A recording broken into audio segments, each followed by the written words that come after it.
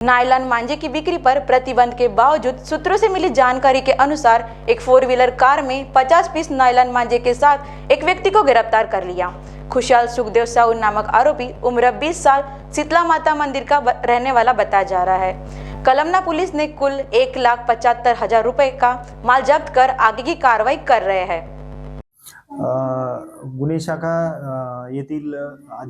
माहिती मिळाली की एका 4 व्हीलर वाहनामध्ये प्रतिबंधित नायलॉन मांजा हा विक्रीकरिता घेऊन जात आहे। अशा माहितीच्या आधारे पोलीस स्टाफने डिप्टी सिग्नल भागामध्ये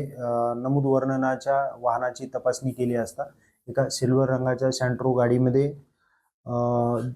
खुशाल सुखदेव शाहू वय 20 वर्ष राहणार डिप्टी सिग्नल शीतला माता मंदिरजवळ हा मिळून आला आणि या वाहनाची तपासणी केली असता त्याच्या वाहनामध्ये एका बोरीमध्ये 50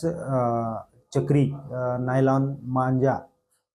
हा मिळून आल्याने सदरचा मांजा वापरण्याकरिता शासनाचे प्रतिबंधित आदेश असल्यामुळे सदरचा वाहन आणि मांजा जप्त करून नमूद आरोपीविरुद्ध पोलीस ठाणे कळमना या ठिकाणी गुन्हा दाखल करून त्याच्या अटकेची कारवाई करण्यात आलेली आहे।